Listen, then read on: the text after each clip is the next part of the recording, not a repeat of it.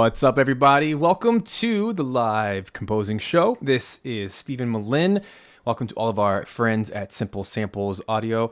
Checking out today, we're going to be talking about two different things. We're going to be doing a rescore of a new game called Clair Obscur Expedition 33, which is a really interesting French RPG. Kind of harkens back to retro RPGs mixed with modern, because it's in a 3D landscape and everything. Very fascinating. And then we're also going to be taking a look at the brand new Simple Concert Harp by Simple Sample Audio. It actually releases today. And as part of that, we have an intro price, 44% off, which I hope is kind of a no-brainer for many of you. Anybody that writes in the orchestral style, I hope that this is just an absolute win for you guys. So let's take a quick little look at what we have going on today. Let me pull open the window here. So if you go to the site right now, simplesamples.co, you can go to the Simple Concert Harp, and right now it's $39, normally $59, and I'm really trying to keep these prices as low as possible. A couple things you should know right off the bat. This Simple Concert Harp is it's a collection of delicate plucks and glissandos recorded by YouTube artist Samantha Ballard on her full-sized orchestral concert harp, and she's using some of the best microphones possible for this type of recording, which I believe are the Newman, the 184s, I think is what they are. Anyway, it's really, really nice small condenser mics that capture all of the beauty of the full range of the instrument. You should also know, we painstakingly deep sampled and round robin recorded at 4 different dynamic levels, every single note on this instrument, which means piano, mezzo piano, forte, and fortissimo. Really wanted to get all 4 of those in there because I've never found a harp library that really specializes in having the full gamut. And it's also the full 7-octave range, which is basically a piano range. We have plucked notes and glissandos, which are like the rolls, and then just a bunch of little knobs to help make it sound even nicer with some nice orchestral hall, reverb, chorus, and delay and dynamics knobs. So the whole thing is a little over a gigabyte in size, so that's how you know we're doing this right with all the deep sampling. And you should also know that Samantha Ballard, if you haven't checked out her work before on YouTube, she has millions of views, prominent video game and anime music cover artist, all-around great person and fun to work with on this project. You should also know that every single artist that works with Simple Samples Audio, we pay a fair royalty every single time the library is purchased. So you should also know that if you grab this today, we now have a bundling feature that similar libraries, so all of the Simple series, Simple Didgeridoo, Hurdy-Gurdy, Kalimba, if you grab any one of those, you actually get a pretty sharp discount on all of the rest. So again, trying to make this as affordable as possible and super fun for you guys. And just full disclaimer here, guys. I make libraries that I want and need in my writing, and then I sell them to you guys. And I don't think there's anything wrong with that. I am the end user. I make products that make my life easier and better. So please know that this is by a composer for composers, first and foremost. And originally, if you guys have been watching my YouTube channel for even just like the last 9 months or so, that's when I recorded this, and I had like a very ugly beta version of it. And I recorded it because I wanted to use it in my Star Fox album. That was the whole reason. Like, that's it. I wanted a better harp. I could not find a good harp library out there that did exactly what I wanted. I tried all the greats. East West, Cinesamples, Museo, all the things. Sona Connecticut has one. There's so many harp libraries out there. UVI has several harps. Even the Performance Samples has one, and they're all fine. They're not bad samples, but they did not have that realism that I needed. And it's partially the way that you record. It's also the way that you edit these samples that make them sound what I consider realistic. It has to do with being really closely mic'd. It has to do with the stereo field being fully left to right instead of like summed to mono. It also has to do with the editing of the samples themselves, that when you trigger the note,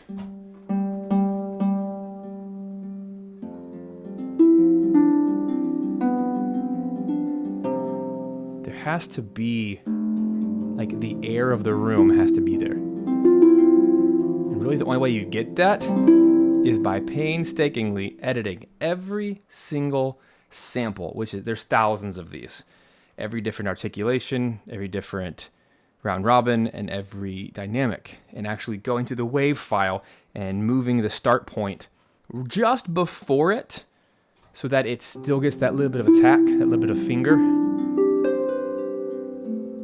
right?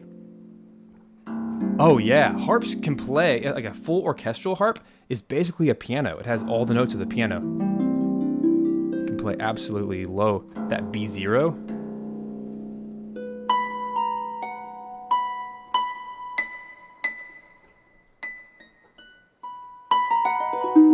So nice. And then of course,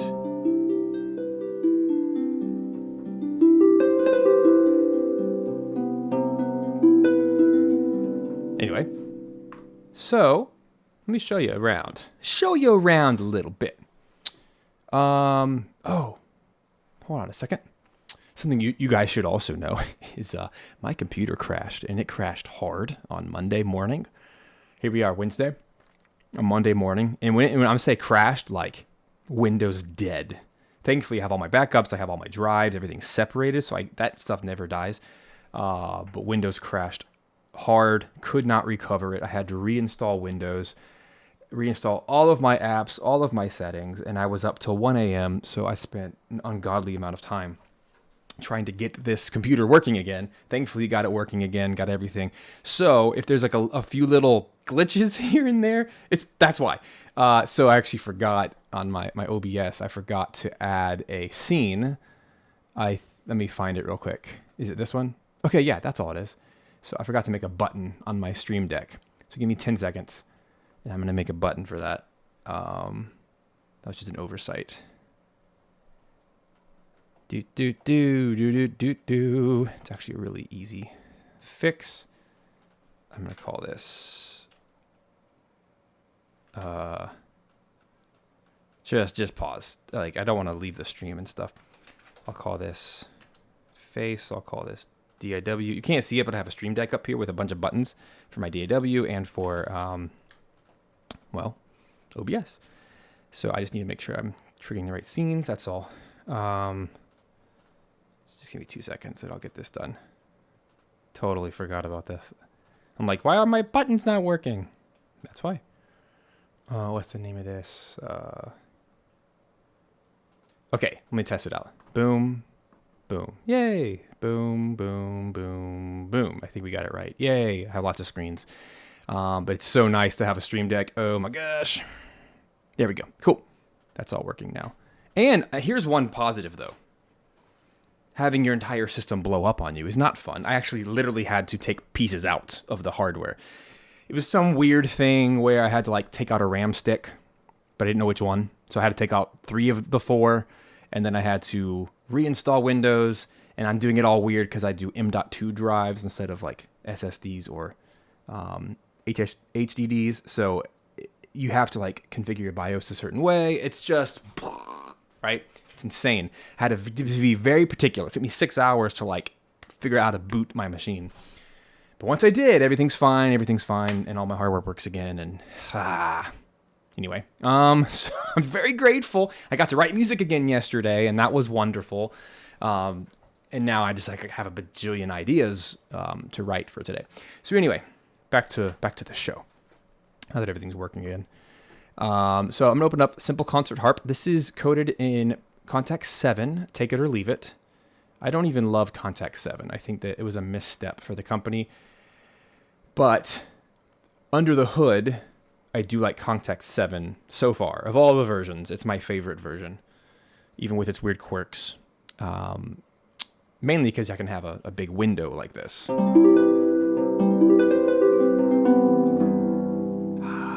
It's like, seriously, I've played all the harps.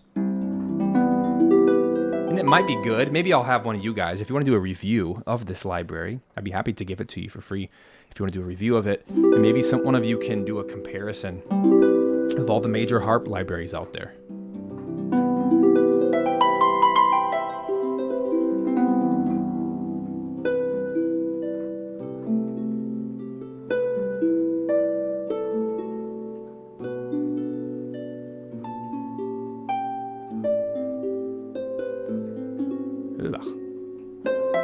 You have to play the right notes. Some user error.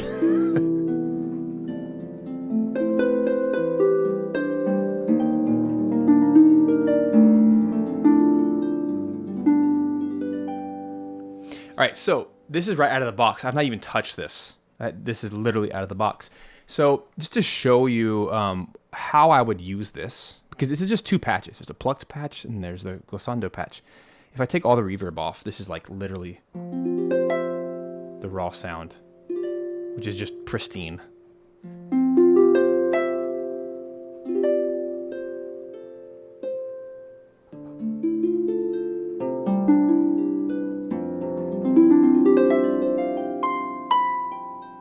So what I've found is if you play the harp like a harp and don't try to do like insane, like no harp will ever sound good if you try to do stupid, insane stuff. But if you play it like a harpist would, which is, we got 2 fingers, right? I guess technically you would use like 4 fingers, but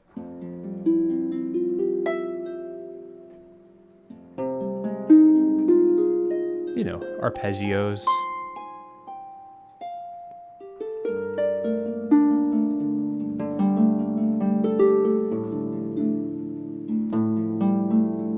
Right? Then it's gonna serve you really well. So we have dynamics all the way down from pianissimo.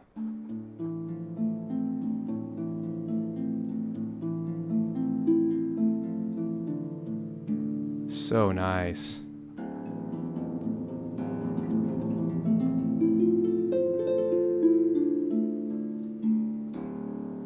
Love those low notes.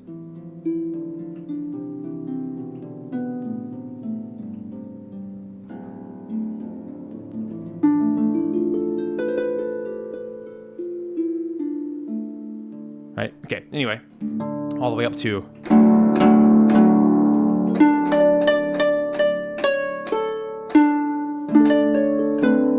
now the fortissimo is going to be a bit harsh because they're like, you know, smacking that string. But you have to hit like 120 velocity to even get that. So you won't be hitting that too often. But you'll probably be hovering in that mezzo piano range. But let me show you how I actually use it in real life. What I do in my mixer window here is I actually put my own reverb on there, just some Aether Hall reverb, usually about -20. And then I like to pan it to the left when I'm writing orchestral music. That way it feels like it's in the hall.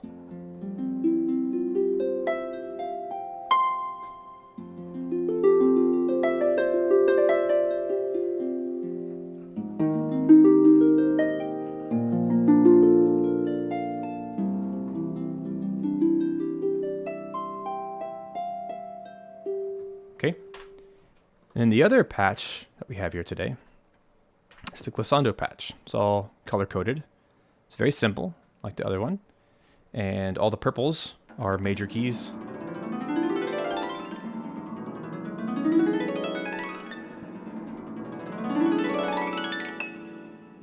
And the yellows are, I guess the purple is ascending, so going up. The yellow is descending. I did this on purpose because let's say we're playing in the key of C major. We want to go up and down. Well, you just push left and right like this. So we're going up, now down. Just a different C. Simple, right? A flat major. And these are all actually recorded. This is not pitch stretching. This is real, okay? And then up here in the orange is whole tone. Ascending and then descending. Simple. Would you be shocked at how much coverage that takes care of. No, I don't have weird scales in there, right? Basically just need to, if you have a weird scale, just use the plucked. Right? You can always do that old school way. Now, those of you who are asking, but what about the minor scales? Well, if you think about it, a C major is also an A minor. So literally, if you're in the key of A minor, just do that. And if you want to, you can start it or stop it at a different spot. And that's typically how I do it anyway. Anytime I record a phrase of any library, I'll actually just bounce it to audio and then start and stop it where I want it. You'll get so much more mileage out of it that way. And that has nothing to do with my library. That's just any library, right? Yes, Clinton, I like to pan it left because that's usually where the harp is in the orchestra. It makes it feel right at home, especially if you have like a piano in there, maybe on the right side, or you have percussion. Like it just kind of helps balance things out, usually. You don't have to do it that way, but that's how I like to do it. And just for consistency, let me go over here, and I don't think I will be using any of the glissandos today for this track, but I'll just go ahead and make it even. Okay, Steph mentioned you have a lot of reverbs. I do, because these are my go-to reverbs.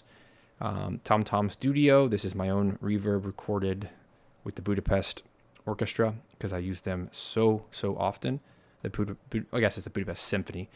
Over there in Budapest, Hungary, I recorded their room live, and now I have it, because now my stuff can sound like it, which is great. Aether, which is like a big old hall. That's my favorite orchestral hall. B2, which is like a chorused reverb. It's really good for like super spacey things that you want to really make it bounce. ROM, this is about Native Instruments. This is great for typically pianos or like woodwinds, strings, just to really make things sound larger than life. Valhalla Shimmer. It's a shimmer effect, so it actually adds, in this case, shift 12. So I actually add a full octave above it. This is, again, very sci-fi, spacey. This is a classic Lexicon medium hall reverb. Very standard, like 80s and 90s music uses that a lot. And then the Eventide Black Hole. This is for like super psychedelic ambient stuff, pads, drones, that kind of stuff. I don't use them all in the same session, but I just leave them all there because there is a small footprint. I already have them EQ'd out. And basically, anytime I want to have a reverb, I just throw it into one of my reverbs. It's really nice and very convenient. And I just leave that on my template at all times. Pretty cool. All right, so for today, what are we doing? Well, we're working on Clair Obscur Expedition 33. This is a new RPG that is actually created by, I believe it was ex-Ubisoft employees. So people with the talent that made an indie game that's not so indie anymore. And it's taken the internet by storm because it's very, very good. It's almost like, what if people cared about the games they make anymore? Like, what if people actually tried? What would happen? So here's my scene, the original. Very atmospheric, ambient. I don't even know much about the story. I know a little bit, but essentially it's a team. Expedition 33. I think it has to do with like your age. It's kind of like the Hunger Games, where it's like your age equals the number of like opportunities. Increased probability of you being chosen.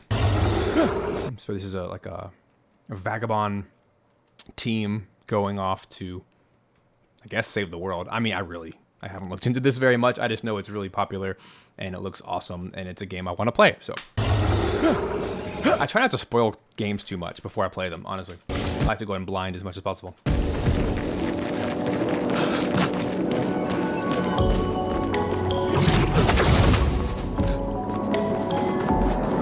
The music is extremely French. It reminds me a lot of Nier Automata.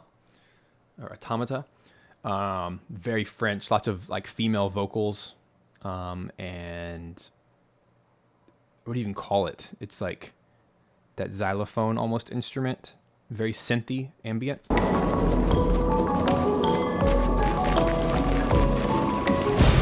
We can do that. So I essentially just have our team running around. I didn't want to get into any battles. I just thought this has such a vibe with like the red grass, and at some point here there's like water drops floating upward, like right there. Look in the background. All those water.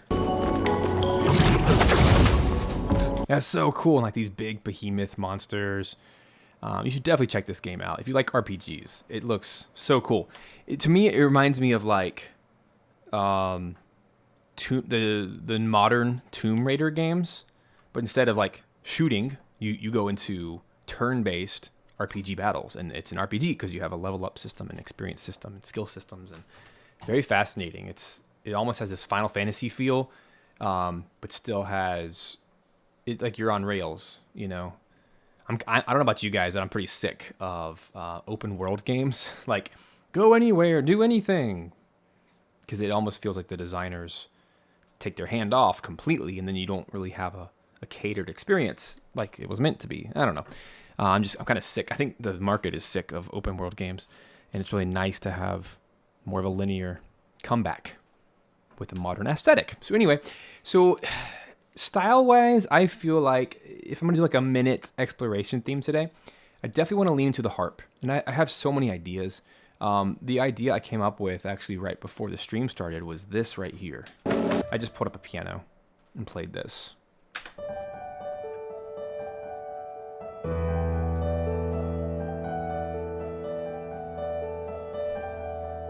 So I feel like we need some kind of 2-chord.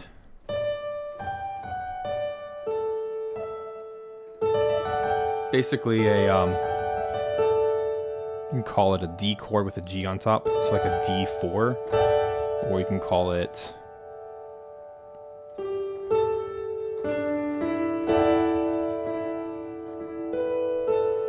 an E4 chord.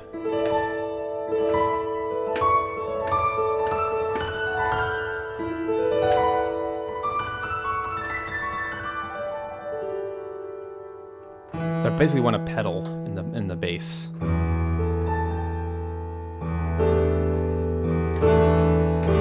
You know what? I guess now that I'm thinking about it, when I think of French music, I think of Claude Debussy. Very plainer fourths. Or Ravel. Maurice Ravel.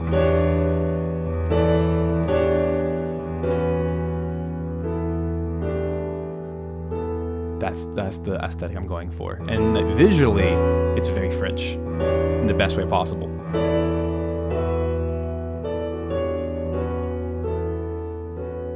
Ooh, that's nice. So essentially, we're doing fourths. We're doing E, A, D, G.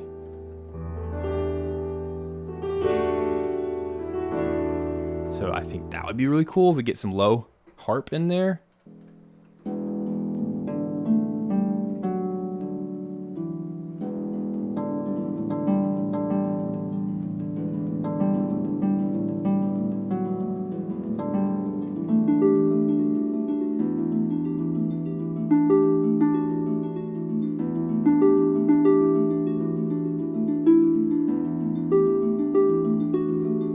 For fun, I'm obsessed with 6/4 time signature. So let's play around with that. I feel like 6/4 gives us like a pulse of 4/4, like 4 on the floor, gives us a steady rhythm, but it also gives us so many metric opportunities to shift 3. Ding, ding, ding, ding, ding, ding, ding. It actually feels too fast now.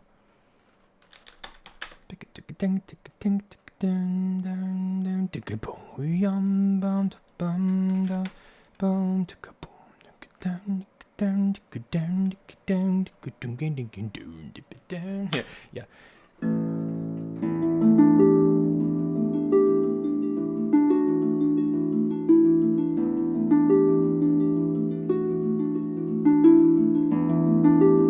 Start with that as an idea. 1, 2, 3.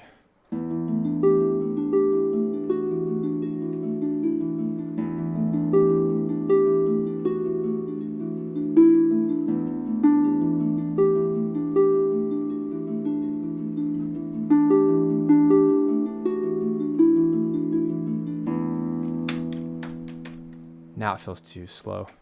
But exploration tracks, you really don't want them to be too quick. You want some energy, you want some motion, but you don't want too much. Let me make sure that all of my items here are tempo sync, like enabled, so if I change the tempo, it doesn't screw up on me like it kind of already has. Anyway, let's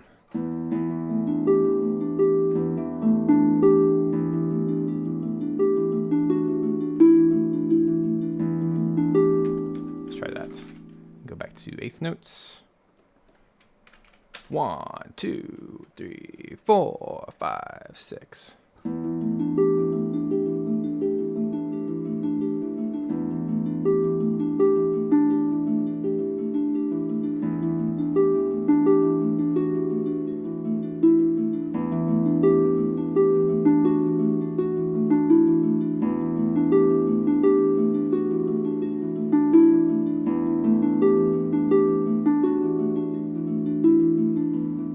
Alright, let me just see how that feels. If I keep playing around with that idea. All 16th notes. So essentially, this would be an intro. Start building some things and then put an A section where it starts to move a little bit more chordally. Now, besides the harp, I really want to lean into some like weird ARPy synth ambient stuff. And I was playing around just pulling up some synths as I was reinstalling everything. And I refound some of these really cool synths that I haven't played around with a lot. And this one really captivated me. This is the ARP 2600. These are all vintage synths. Look at that beauty. And look at this. It's the coolest patch ever. Makes me feel like Earthbound. So essentially it's an E chord.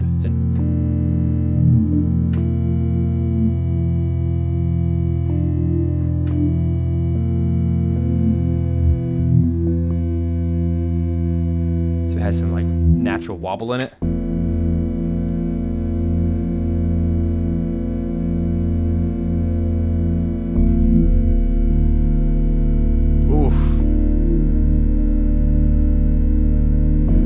So right with like the wobbles of the water, that kind of thing. So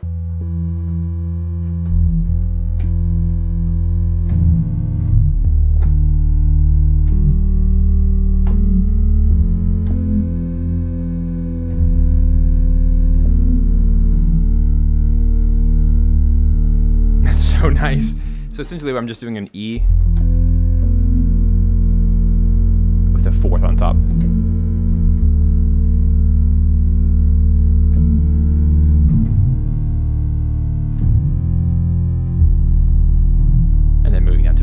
So I want to see what I can do to kind of make that feel right. So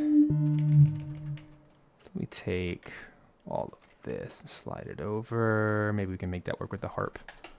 That would be cool. So I'm going to take like whole notes like this. Da da da, skibidi bapa. There we are. All right. Let's see if that feels at home with the harpy. I don't know yet.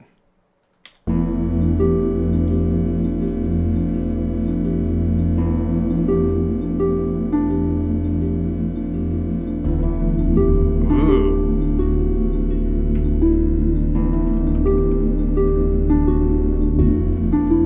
That's got some serious potential. So let me play with that for a minute. That's such a cool sound, and I love that it's detuned and weird and warbly. And this is what you get anytime you play around with synths. With all the cables, modular synths, because there's so many like pitch shifts that happen in between the notes, the little LFOs. It's just so cool. I love that stuff. So here's what I'm thinking. Let me edit this a little bit. The secret sauce here is the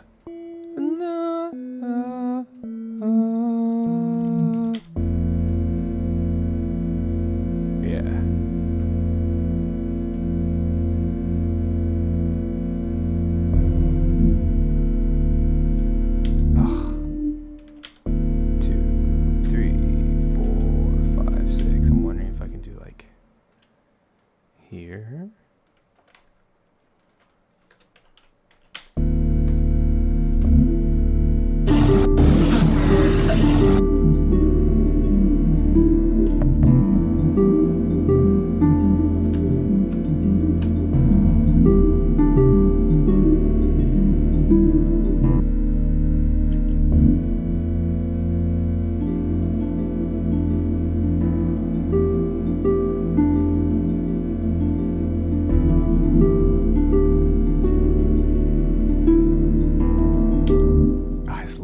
I love this planing. I'm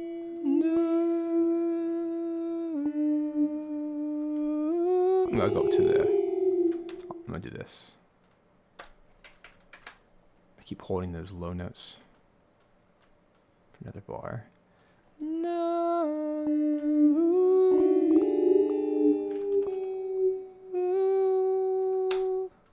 Okay. So. Forget that. We're just going to call this A section up here. And I want this to be... I need some chords. So essentially this is E2, D2.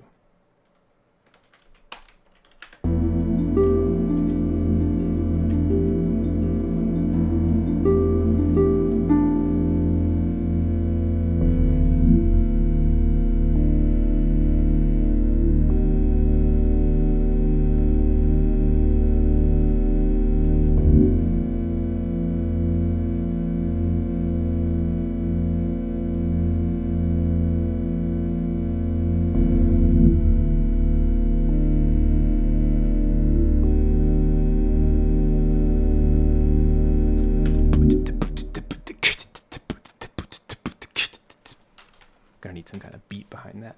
Anyway, so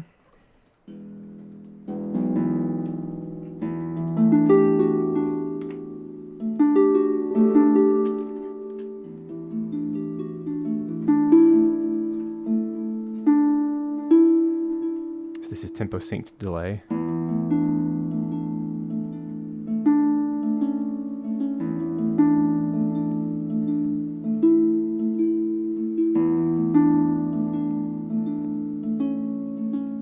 Might be nice.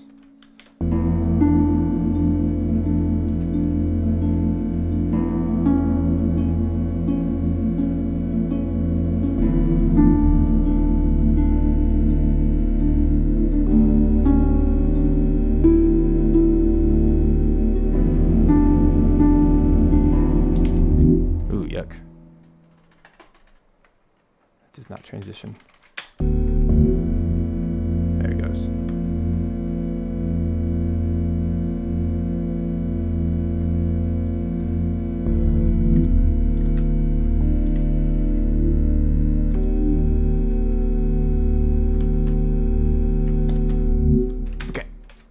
Excellent. So as far as like sections go, this will be a B section. Just gotta roll with it here. 1, 2, 3, 4, 5, 6.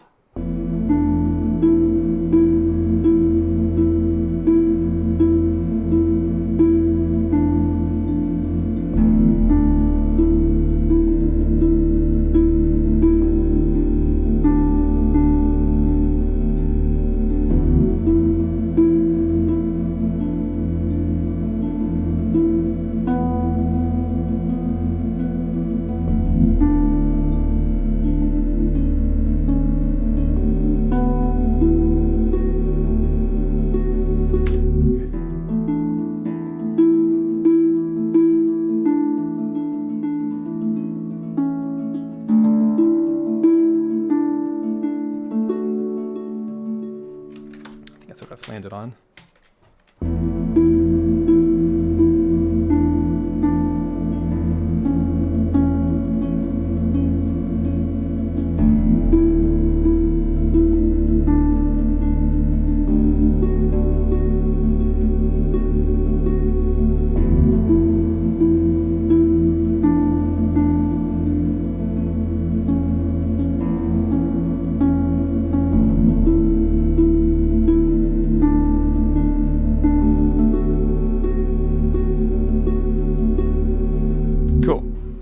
change I'm going to make is I don't ever like things to be identical.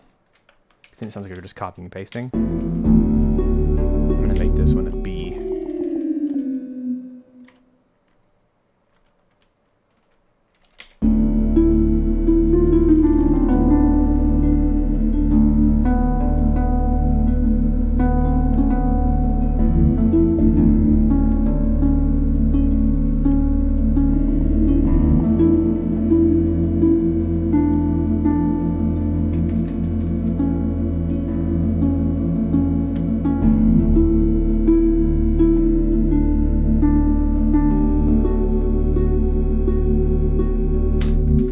Check out this patch. See if I can find the pitch.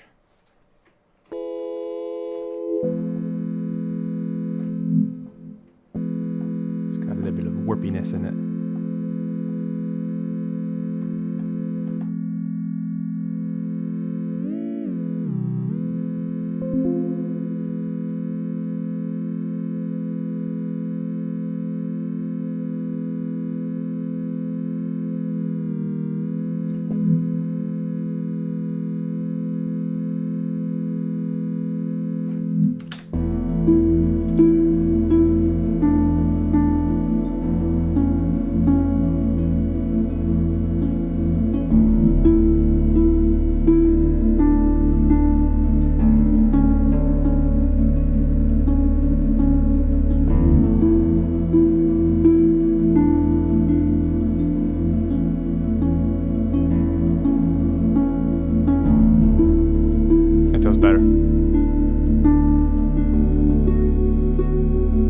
Well, Mr. Devon, this is the secret sauce.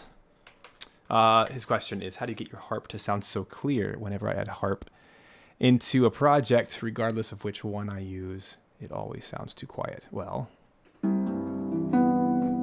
this harp is designed to mitigate that. It's just clean. It's because we mic'd it really close.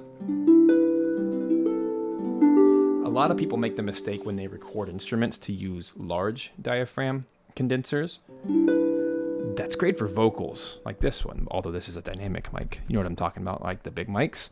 They're great because they can get large frequency range, all that stuff. But for instruments, you really want, I think, you want to use small condensers or small condenser dynamic microphones, right? You got to use the right mics for the right job to help capture the sizzle.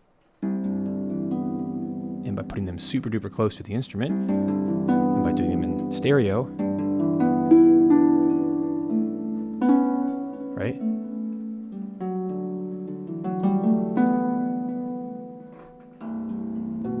Right, that's just part of it. And no, there's no compression on this at all. Reverb helps give it space, but you have to have a good sound source. That's why I've spent lots of money on mics, because the mic is like the barometer, or it's like the litmus test of, like, you're only limited by the quality of the initial recording. You can do, audio tricks to make it sound better and cleaner, whatever, but can only do so much. Like, the sound source is everything.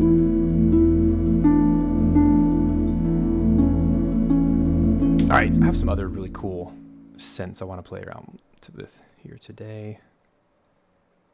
Let's go down. So a Mellotron. Just thought that was a cool sound for today.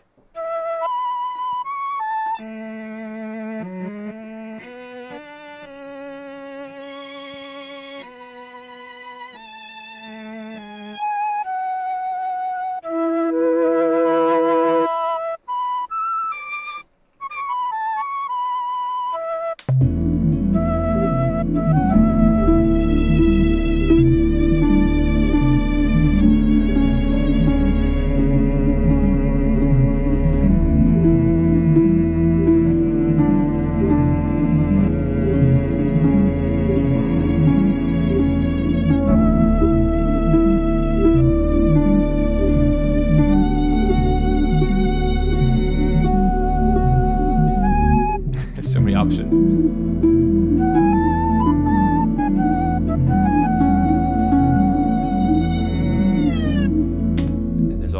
grab the Prophet 5.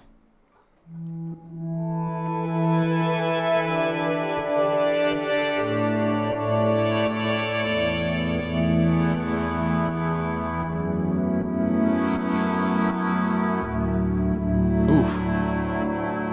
It's already tempo synced.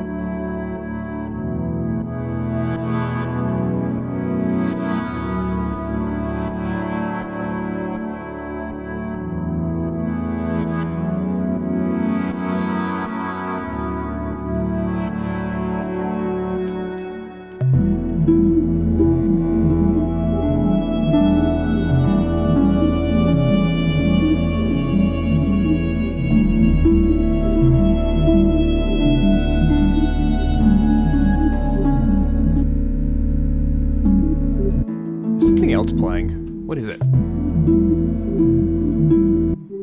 Oh, I have some kind of patch. Like, whoops. That's what was going on. Okay. Sorry, I had a sticky key on one of the patches. But it's still happening. I'm just gonna mute it. Weird. Alright, let me go ahead and turn this into audio because everything's better when you turn it into audio. You have full control over it. I learned this, I learned it probably 10 years ago, but I only started taking it seriously like a year ago. I started to do this on all of my sessions, and it just changes everything. It makes everything nicer. And something else you should know is on my master. This also helps make everything sound better. Right here. I highly recommend it. Grab yourselves a console. In this case, this is the Brainworks console in. Essentially, what this is doing is it's pulling off some of the highs and some of the lows. And even though the signal is set to negative, I guess technically it's over here. The gain is 7.9 dB.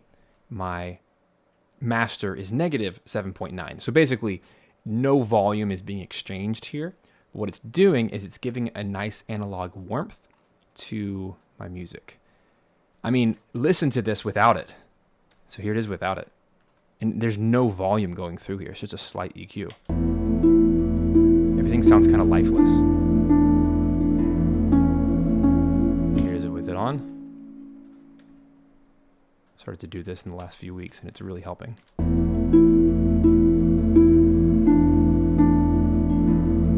Can you hear it? Everything sounds warmer, especially the bass. Without it, it's kind of dull. It's very digital. And then, boom.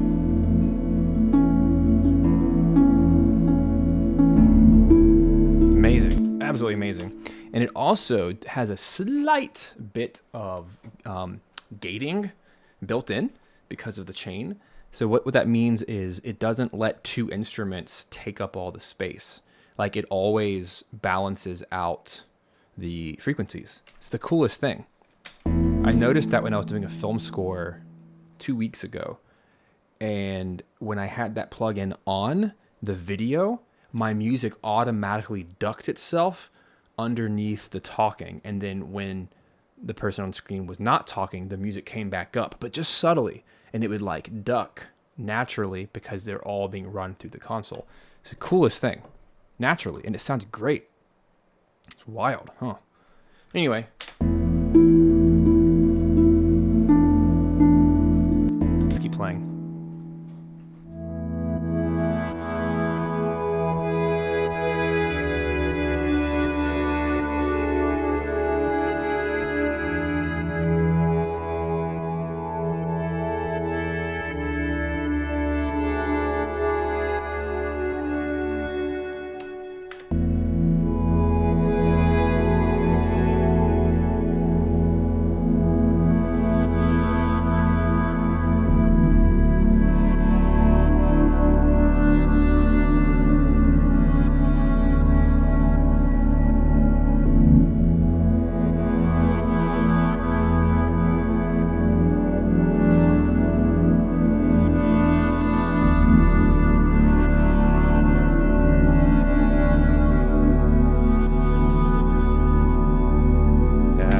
cool.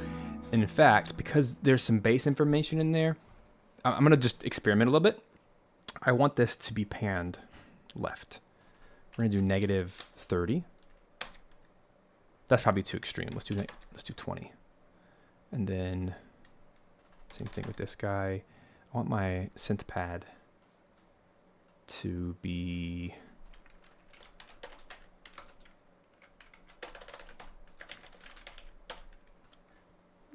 pan to the right, 20. I'm going to do something a little different.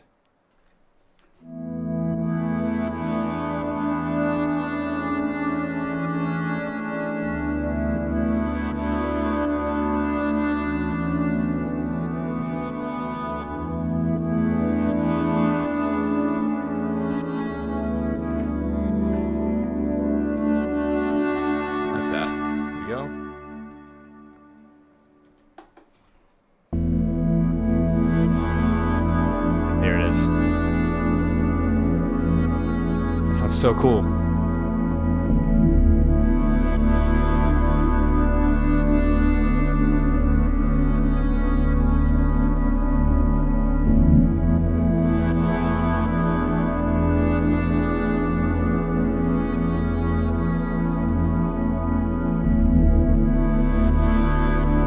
F sharp.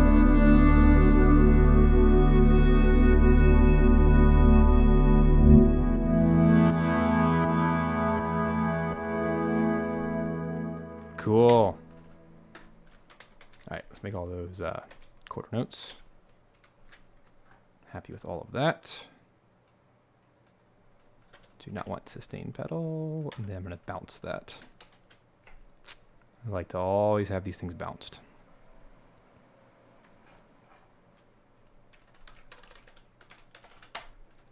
And color coded to blue, just as for my visual. Now we have these two lovely things, and what I can do is now I can do a little bit of a fade in. Now you can hear the left versus right. It's so cool. Here's the right, and here's the left. Cool.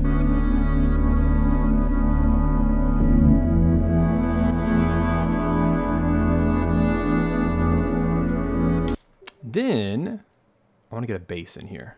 This is from the Korg MS-20 I was playing around with. This thing, oh my gosh.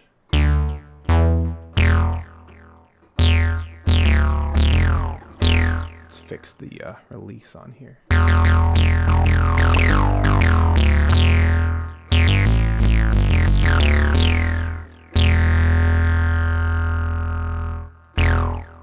Actually, let's do sustain.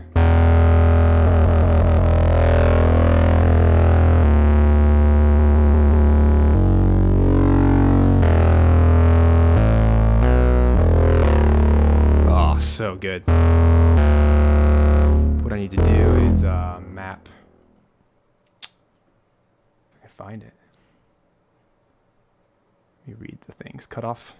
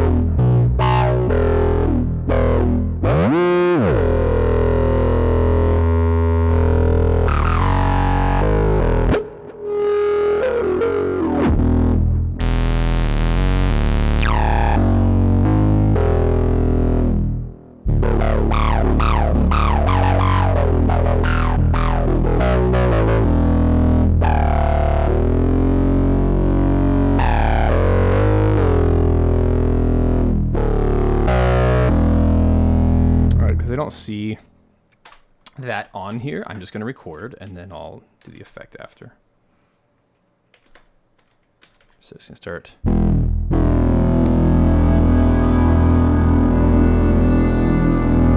Sorry if it's loud. I know it's loud.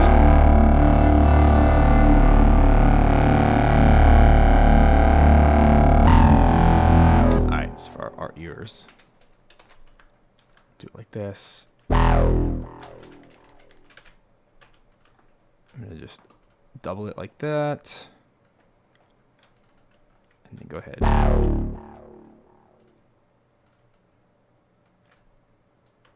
Do it like that. And we're gonna do slightly extend all of them.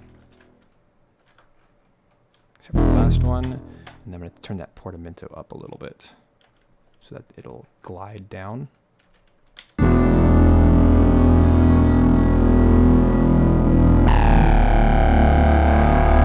Okay, and now, since I don't have a built-in cutoff, I'm going to do a fab filter like this. And we're just gonna sweep it in like this. We're gonna hit the right button. Here we go.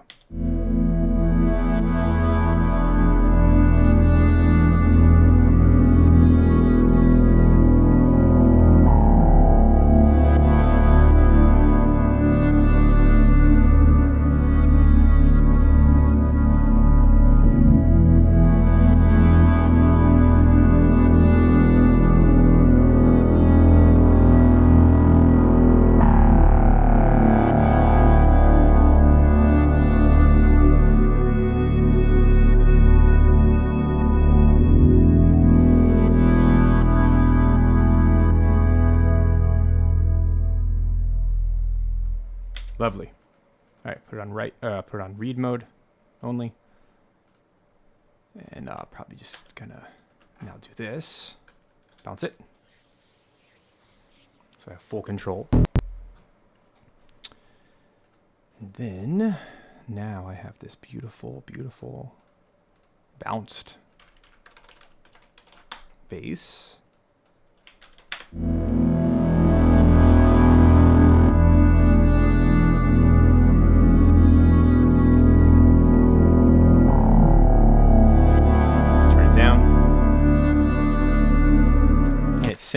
Centered because the left and the right pads are not. Just gives that nice ebb and flow in the middle.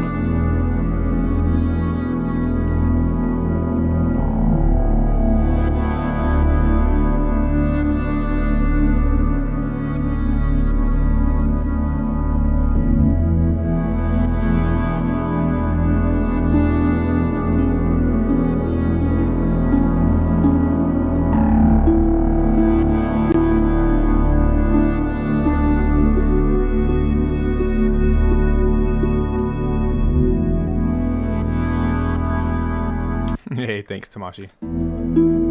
I think for this instance, because we're not going for realism of like an orchestra, at least for now, and because I have the synths panned left and right, 20% each, I'm going to put the harp in the middle. It still is not wet enough, so I'm going to do something a little bit wild. Instead of an orchestral hall, I'm going to use Ram to give it even more. A little hyper realism.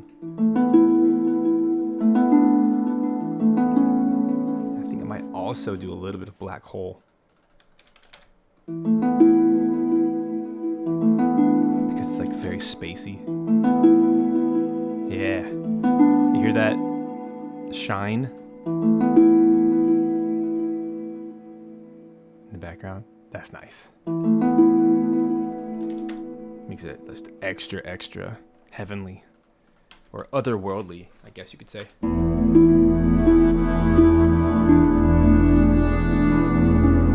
That's cool.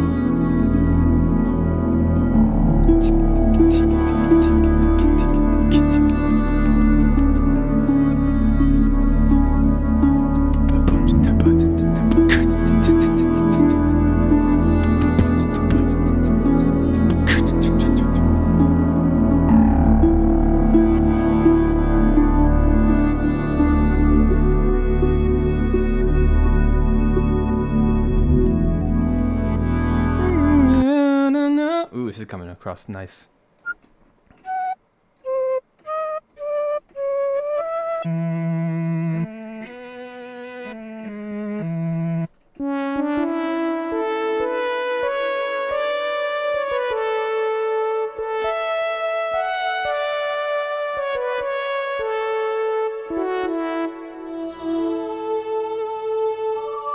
I found this in Emulator 2. I thought this was really nice.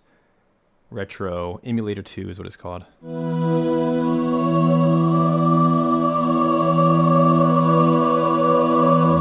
we're not going for realism, we're going for atmosphere.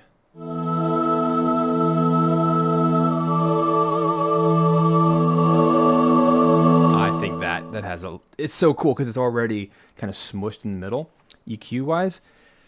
I think what it needs... It's a little bit of love.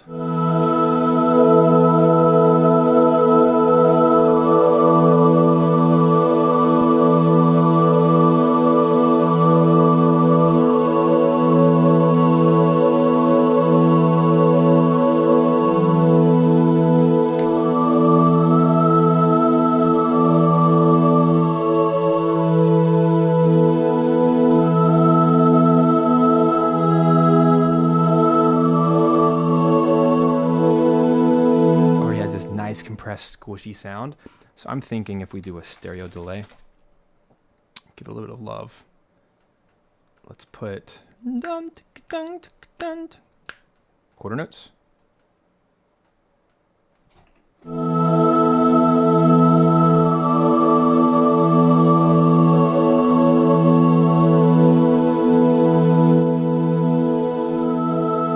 Oh yeah, that's cool. Here it goes.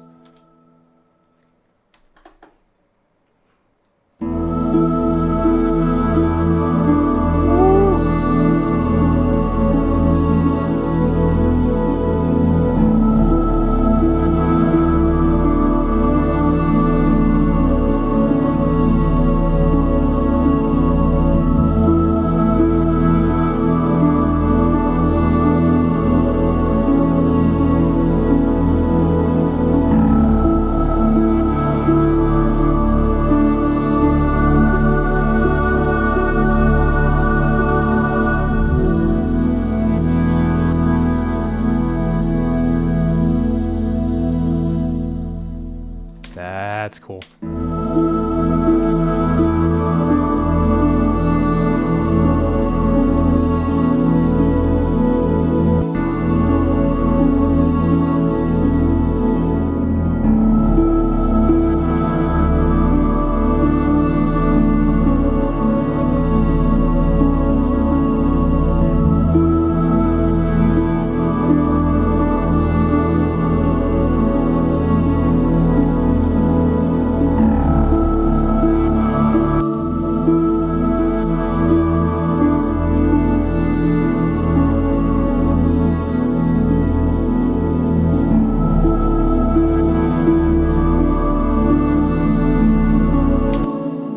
Cleaned up. I think it's cool. Very different.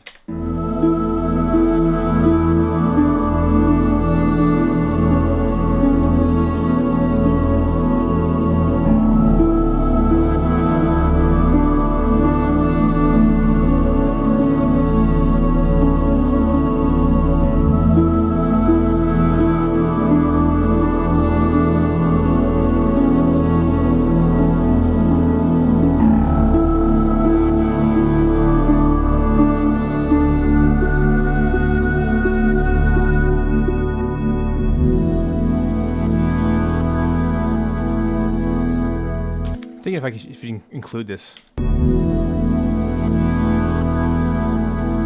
I think so. That's neat. So let's bounce that to audio. So we have it captured.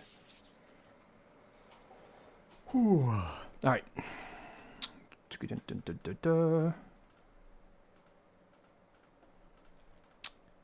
right, so let's put that right there. Nice little fade out. All of these need to have a fade out. Like that. So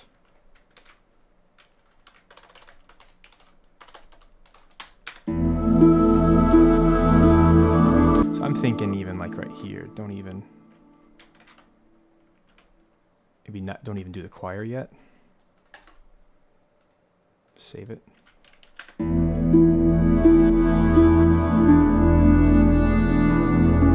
Love that harp on here.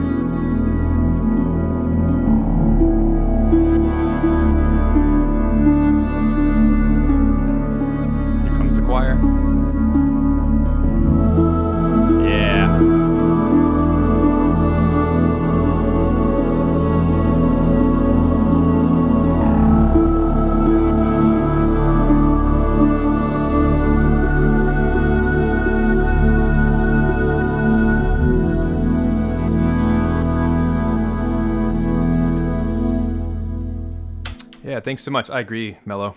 I totally agree. Let's see what this ARP is all about.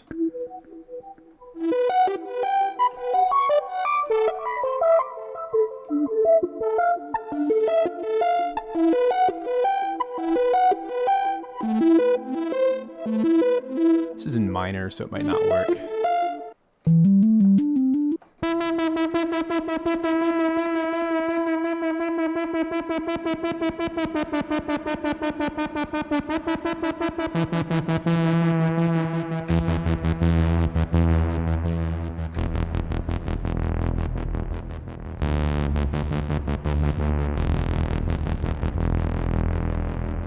Let's play around with that.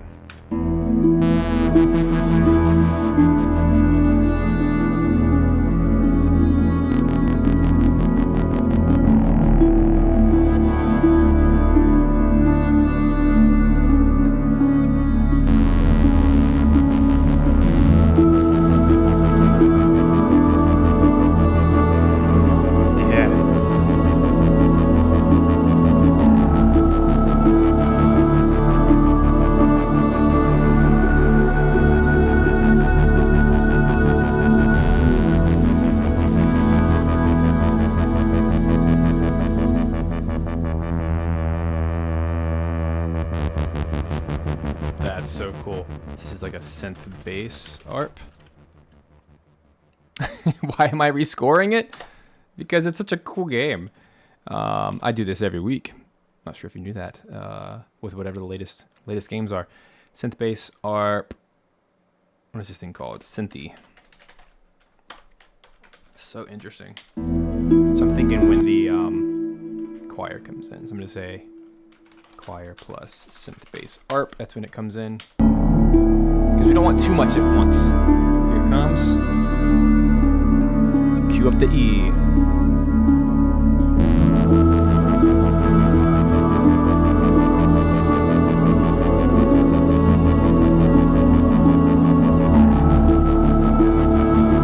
I gotta do better on my mod wheel playing though. Here we go.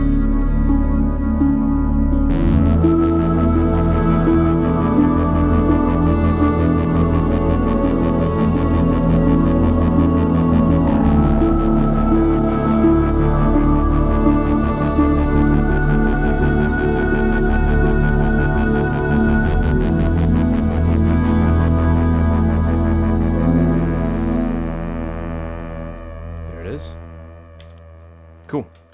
Let's mark it. Actually, I should have quantized it first. Now I can bounce it.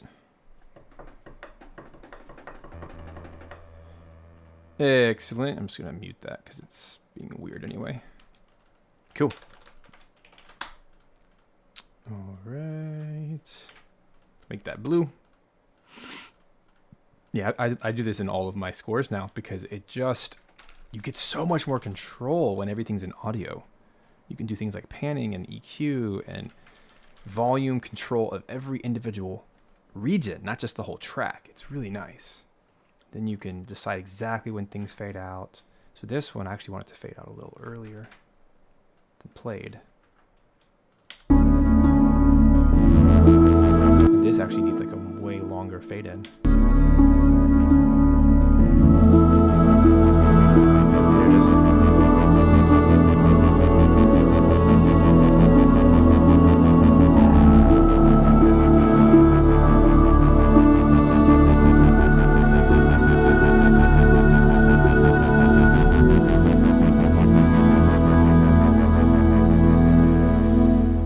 Okay, there, like that.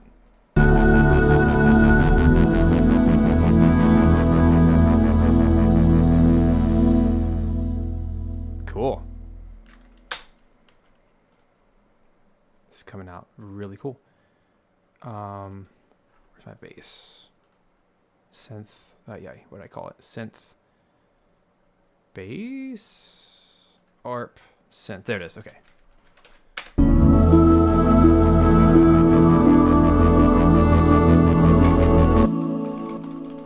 I'm not usually one to use a lot of drums, but I feel like this could really benefit from probably an old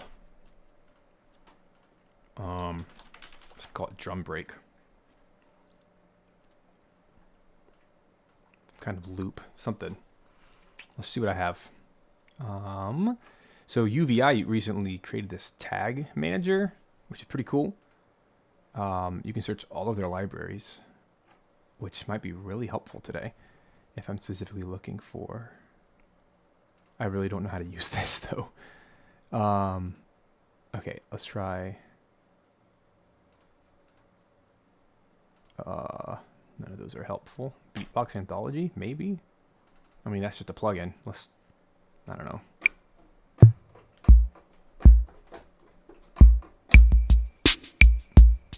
Let me find something way better than that, but that's the idea. Let me do something like...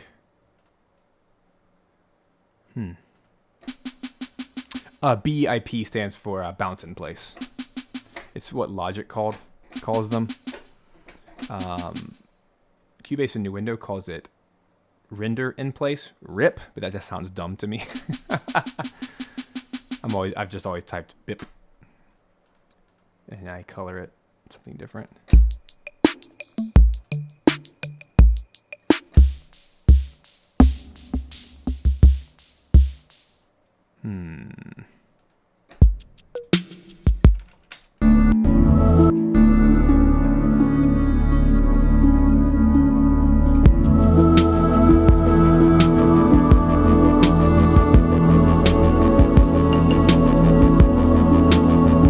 That's not terrible.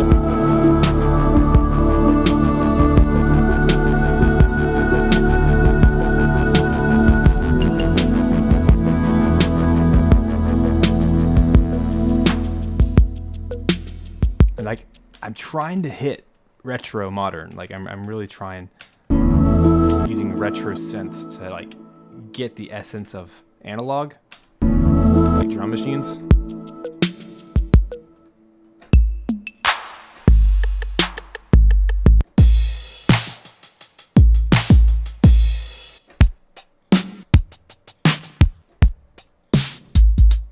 My tempo 84, so like these are pretty close. That's why that one worked so well. I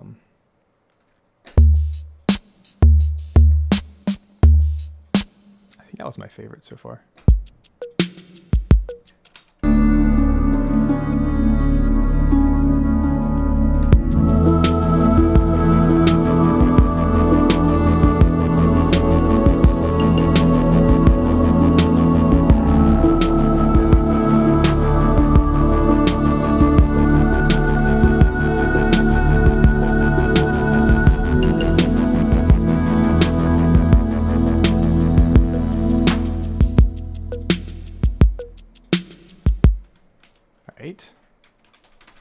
Let's see what happens when we play around with that.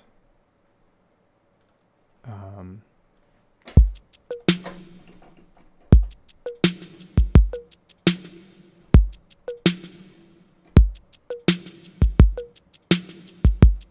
don't like the...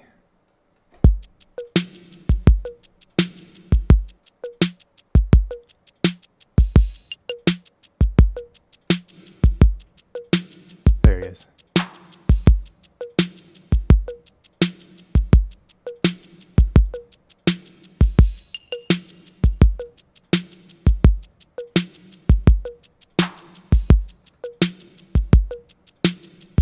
All right, let's bounce it. As with all things,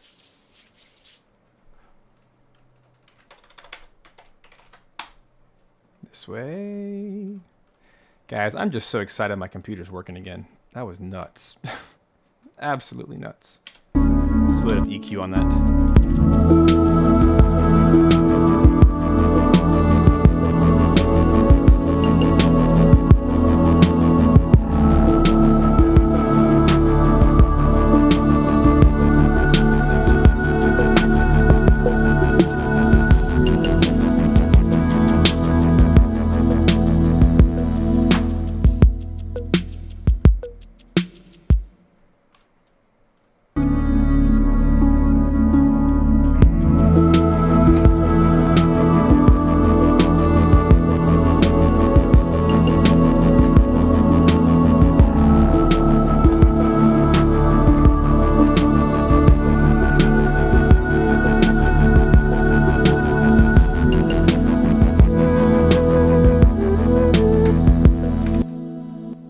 What you playing, mister?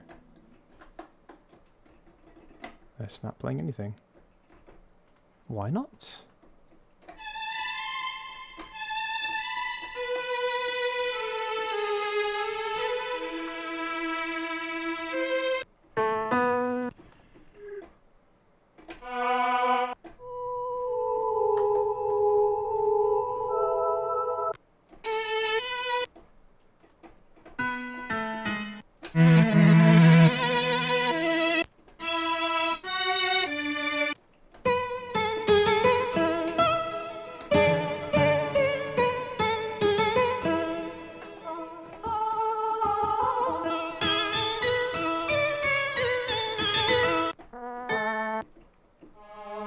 Just try new things.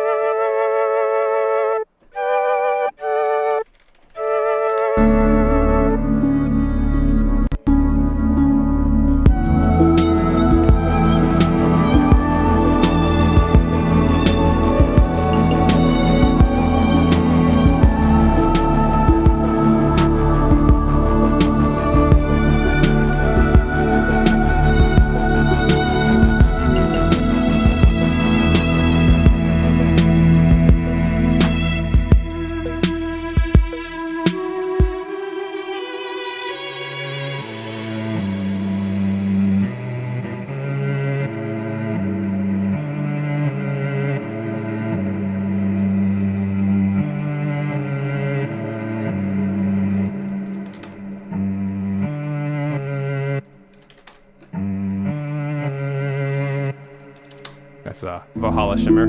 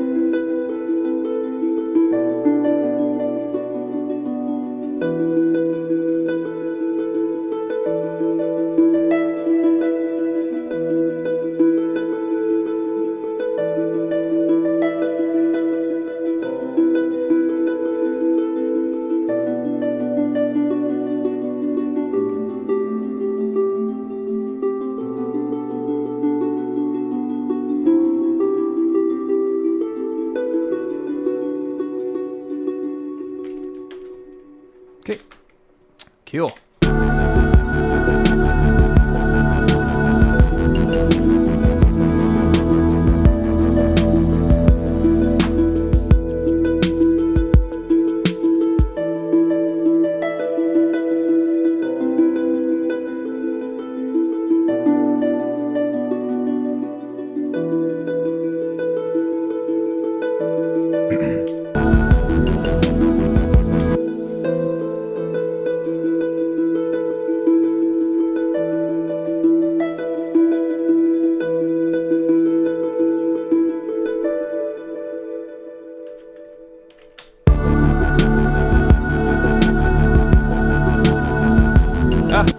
to 6. 3, 4, 5. Where'd it go? Oh.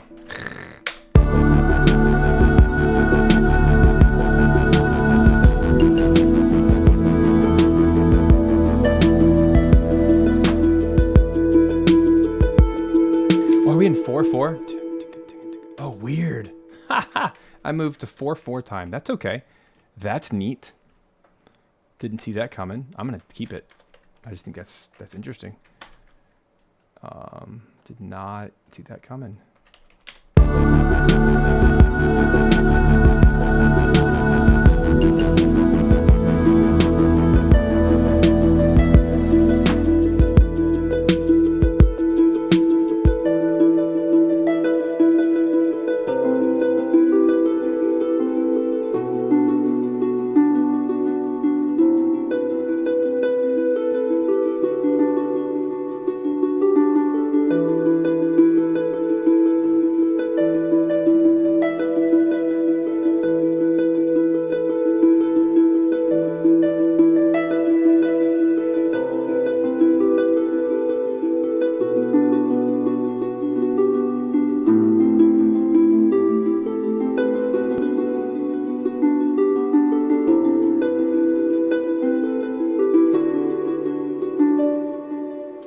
Back to 6/4. Nice. So let me my loop. That's a minute 30. That's a great amount of time for a loop. Typically loops are between 1 and 3 minutes. That's right in there. So let's put that together.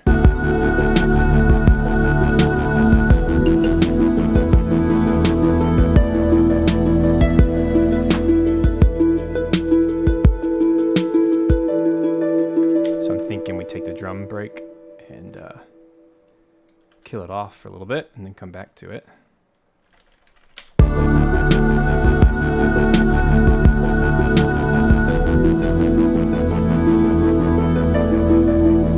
Build it back up.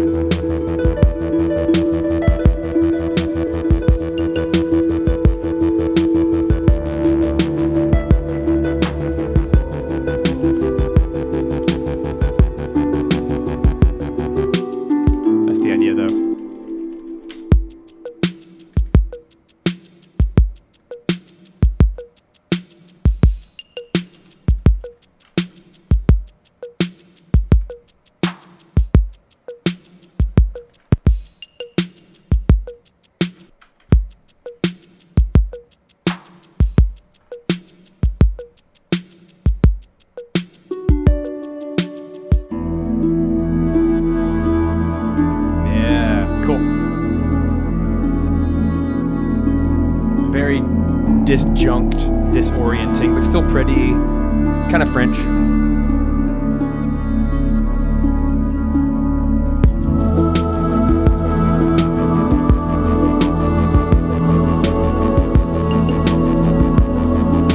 Hey, what's up, Snail Pace? What are you doing here? I mean, you're welcome to be here. That's cool. Something I want to do real quick is with this synth choir, I want to add an imager to help spread it out a little bit. It's currently very mono, which is cool. It's part of the sound, but I want to stereoize it. Let's go up 20%. It's usually a good starting point, and you'll see in the picture here what it looks like now. See how skinny it is? There it goes. I might have to go way over. I want the shape to kind of take over. That's awesome. That's awesome, Snail. I'm assuming that's Kevin. What's up, Kevin? For those who are not aware of Snail Pace Games, they make the upcoming game called Eraduna. It's the game I worked on last week. I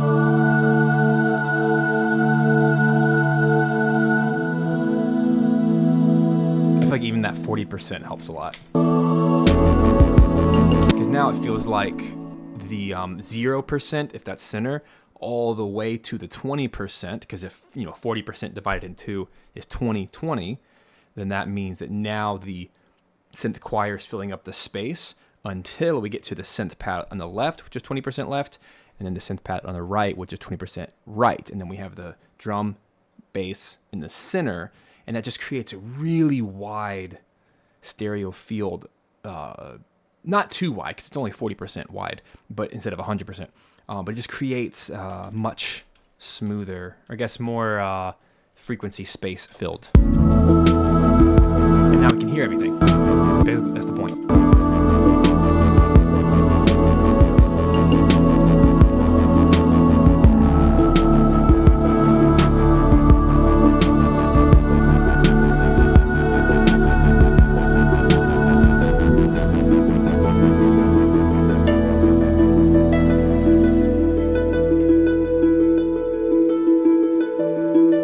I take it back. I want this to like really soar on top.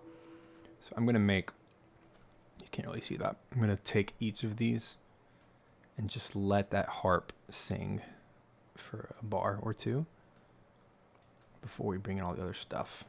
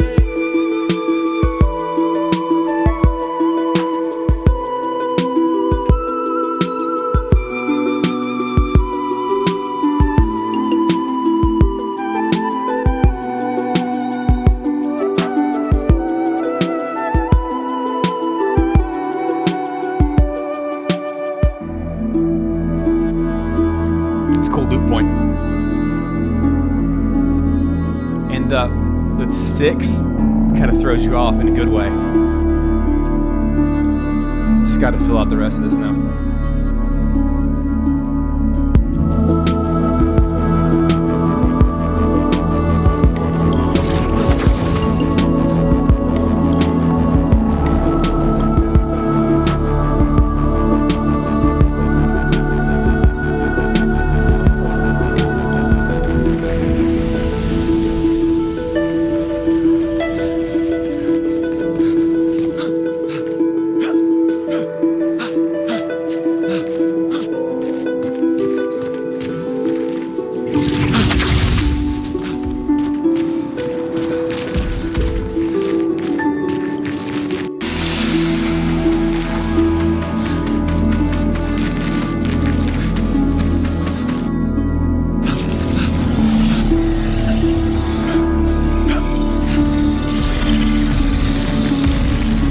Feels cool.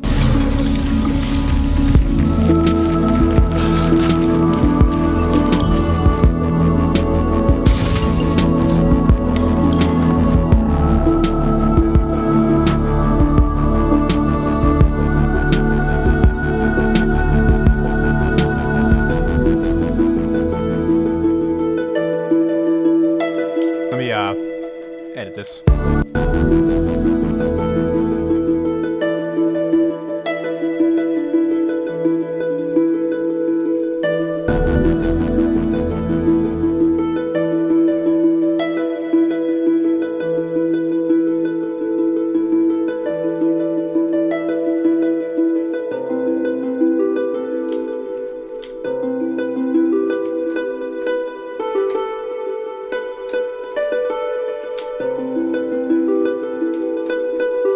That's nice.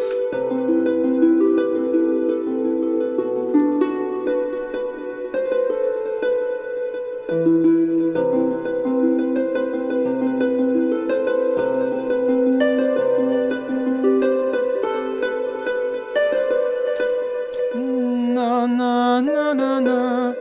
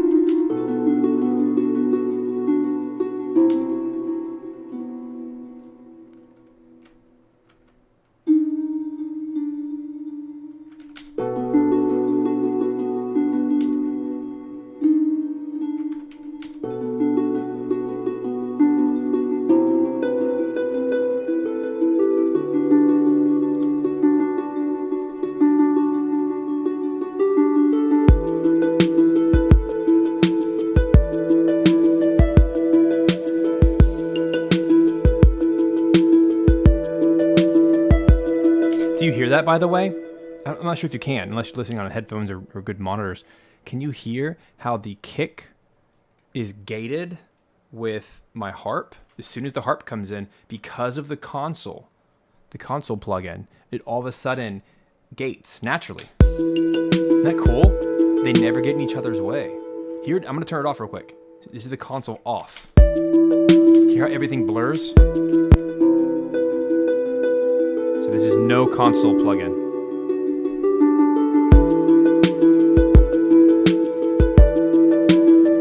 And all of a sudden everything's smeared, but now it's gonna be gated. Now listen.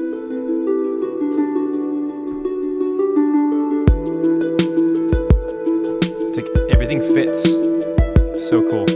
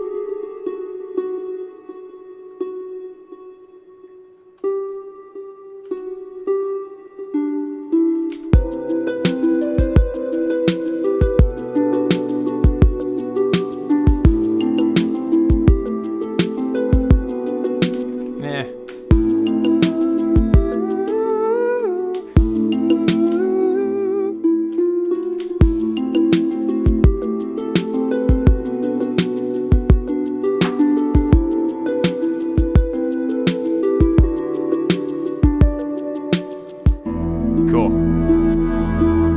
Now we just gotta produce it up, yeah? I'm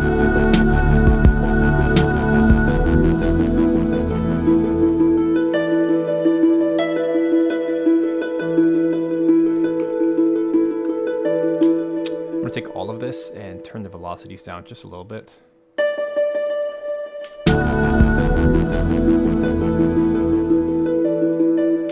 We gotta have something underneath.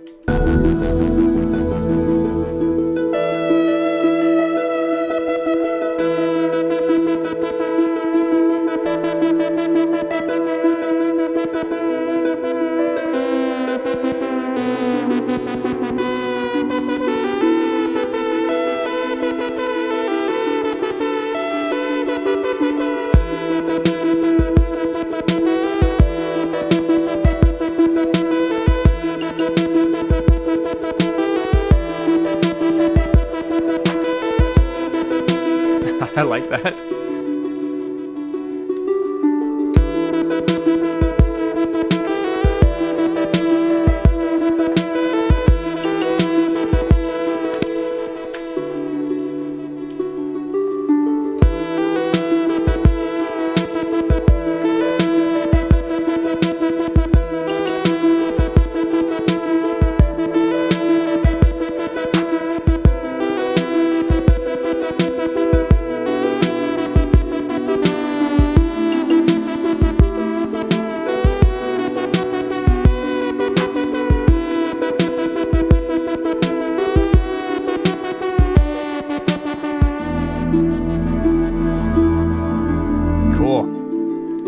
Take this. It's obviously way out of control.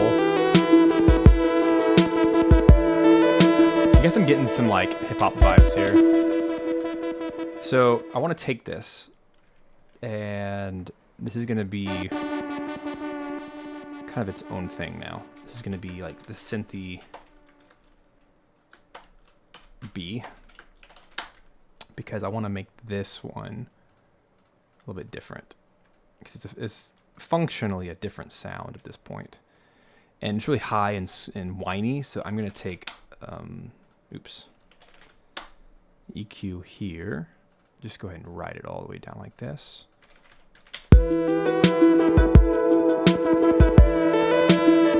Like that.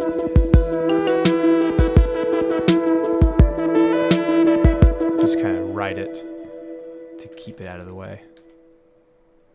It's no longer a bass harp. This is now, so we call it a synth lead, really.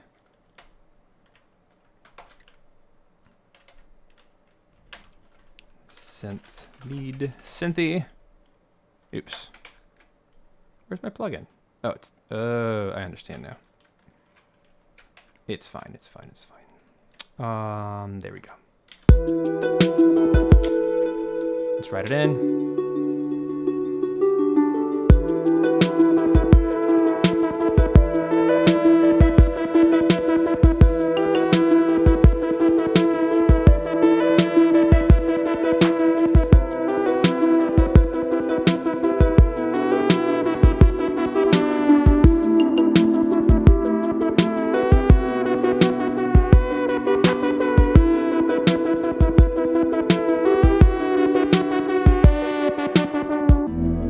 Cool.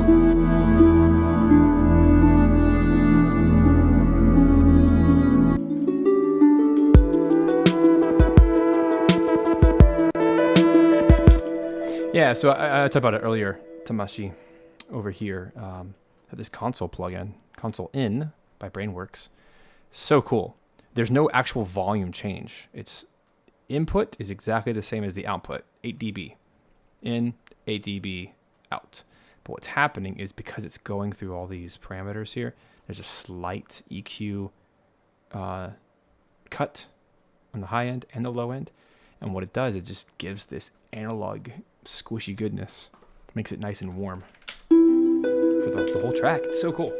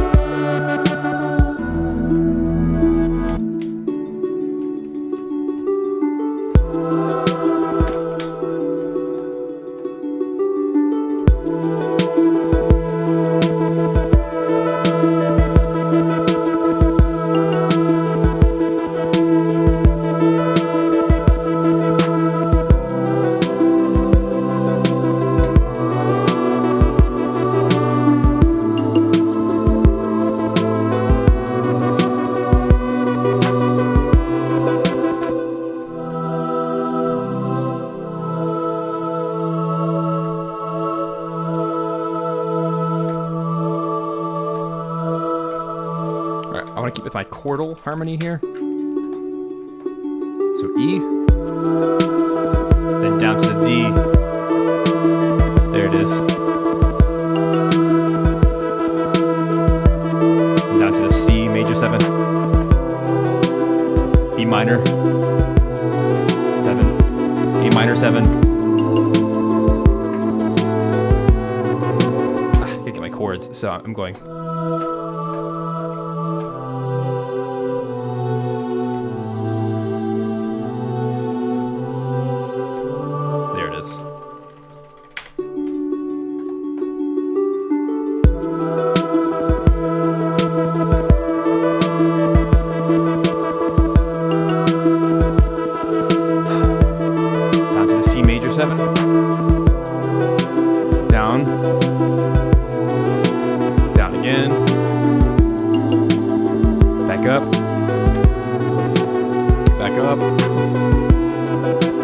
Then fifths.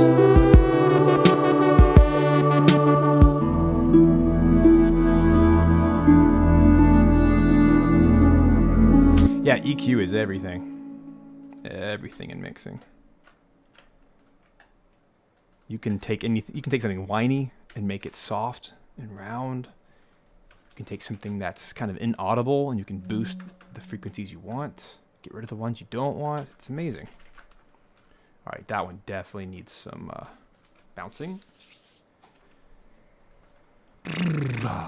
Okay. Gosh, I haven't even taken a break yet.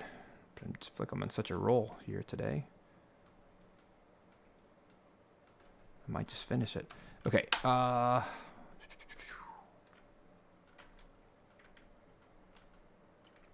See how that sounds. It's so loud. So here's an instance where I just need to turn the whole thing down. Turn on that section.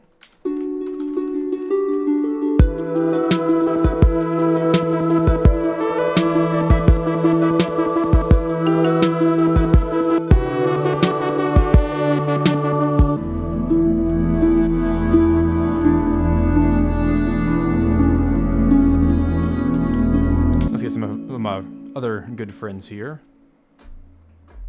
Remember this guy? Our faithful. Well, let's go ahead and write it. Need a show automation.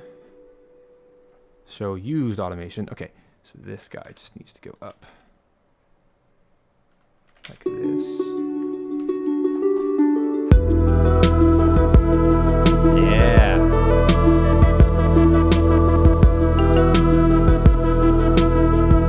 Oh, the good bass. Yeah.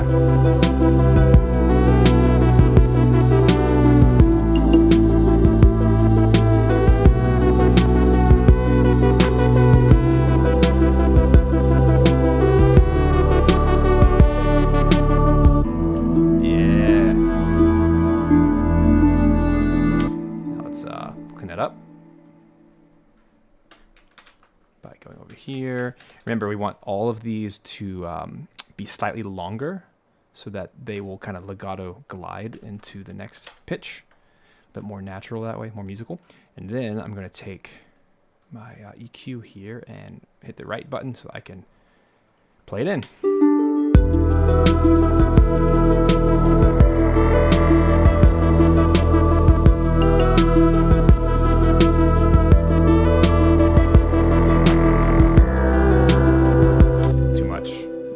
Too much.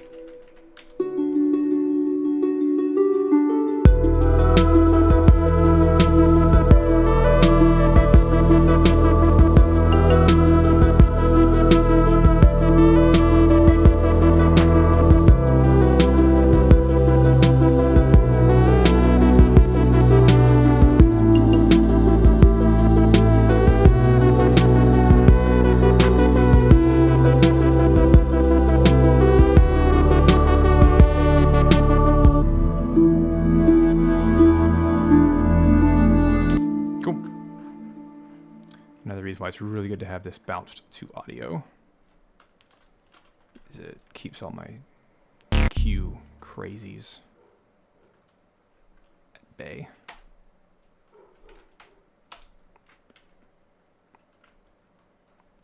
There it is. Let's see if it does it.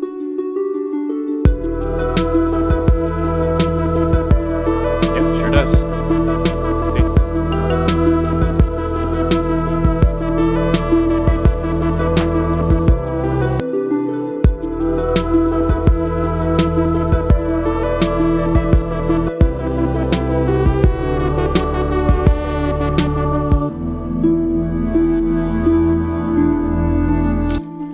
Did just make a mistake.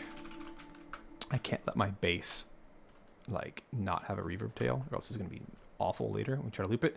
So I'm going to make it a little bit longer. Rebalance that real quick. Easy peasy.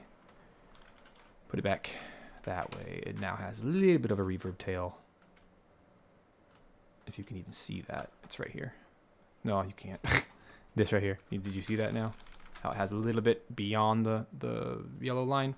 That's good because now I can do a little fade out and it'll catch it in the loop. And it won't just cut off.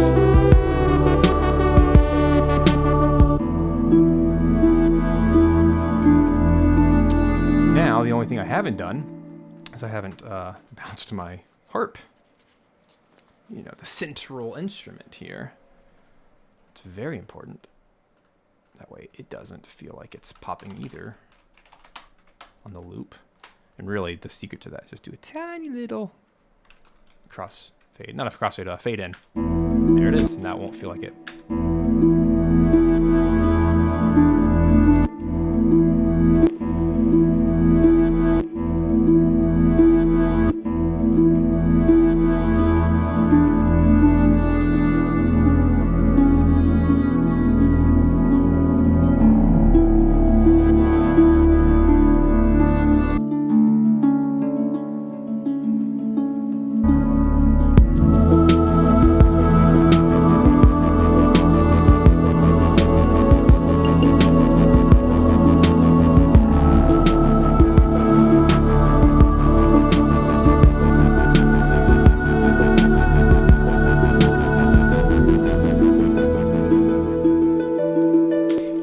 this out. So tell you what, guys, let me just take a 1 minute, 2 minute coffee break. Don't go anywhere. We'll come back and finish this track.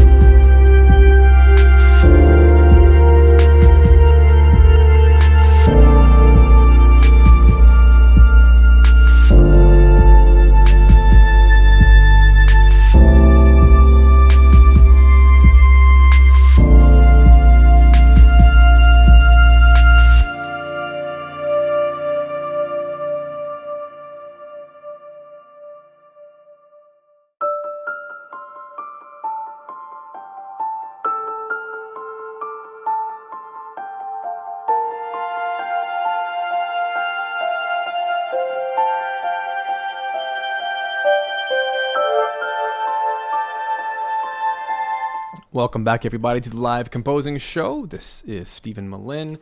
Thanks for hanging out with me so far today as we're working on the Clair Obscur Expedition 33, doing a rescore of an exploration scene using the Simple Concert Harp. If you've not yet grabbed it, go over to simplesamples.co. There's a link in the description. And right now, for limited time, you can grab the harp for intro price, 44% off.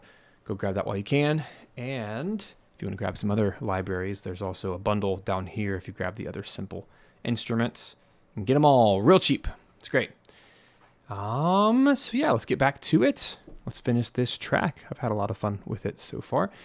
And I was just thinking for this second half,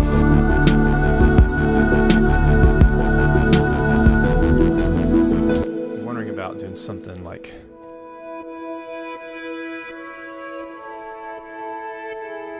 I mean, everything is E.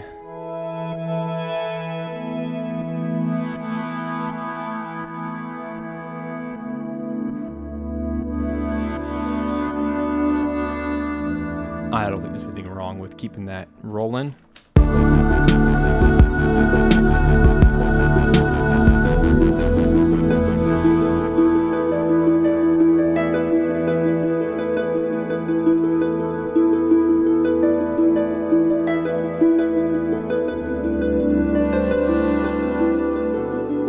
Oh yeah, it goes down.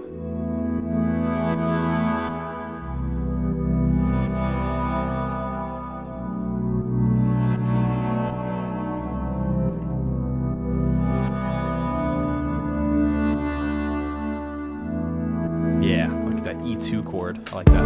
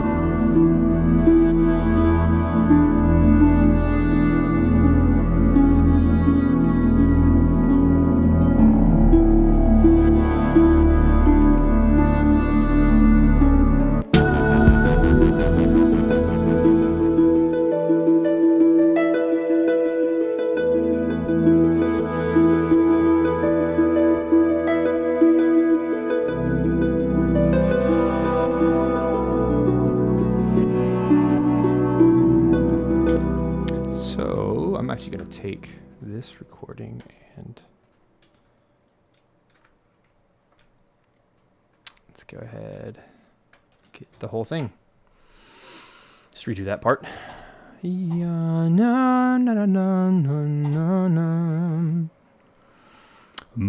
boom.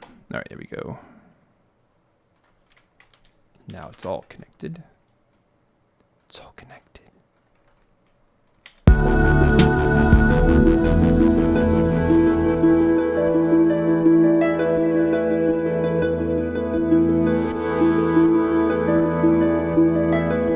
Now let's get that other.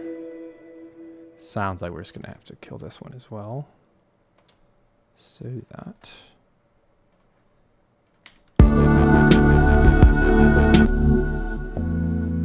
I love that sound.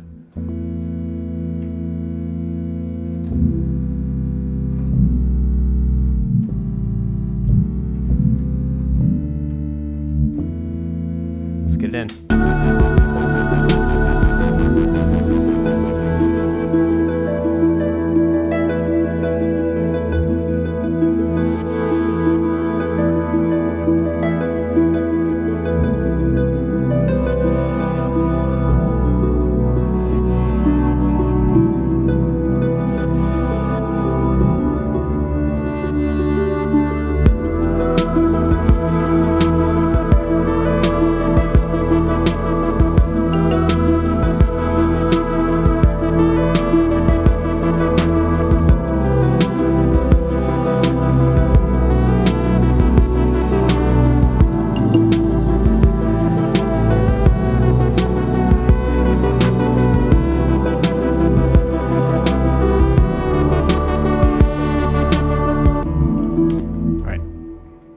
Fix all that. All right, so for starters, gotta get all that cleaned up.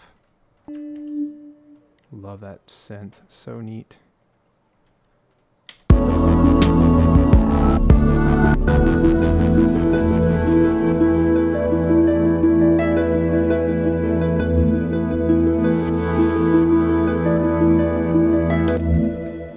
Warbly. That's so cool. All right. Take that.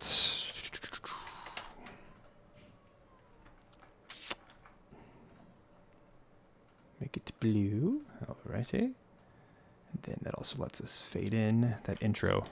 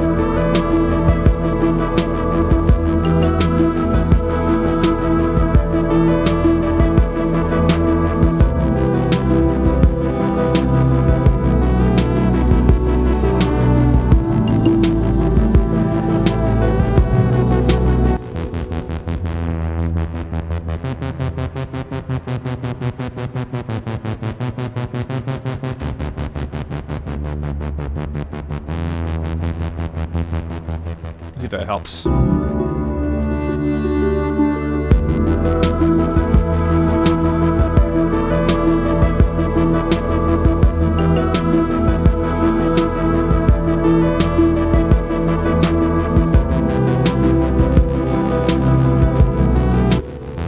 don't know if it helps in this case.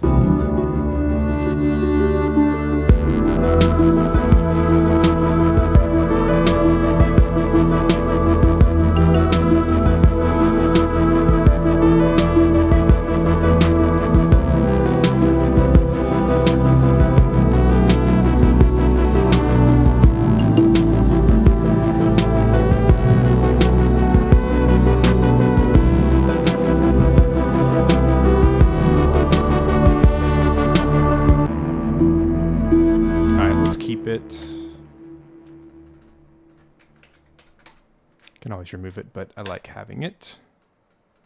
There, this is going quite well. It's a simple track, but I think that's okay. That's what it needs to be. There we go. Those are my tracks are backwards. Alrighty, let's get that in.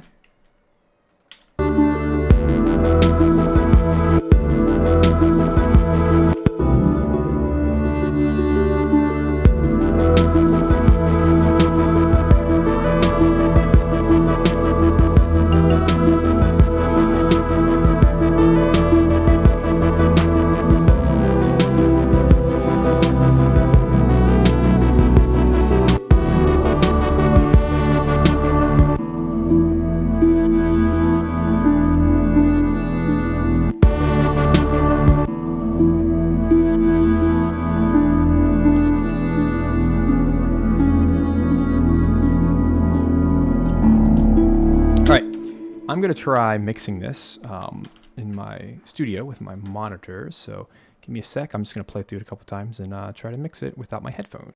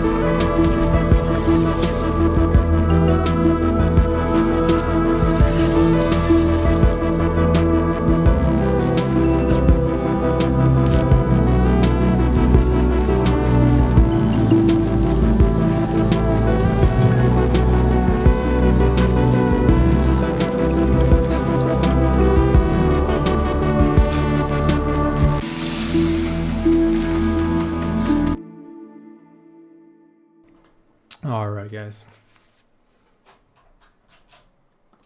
Looks good, feels good.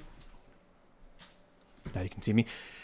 Yeah, I'm pretty happy with that, guys. Thanks for being a part of this. We actually knocked it out in 2 hours, an hour and a half of music. Not bad. Not bad at all. I will take it. Obviously, you know, the style of music was not terribly complex, but it didn't need to be.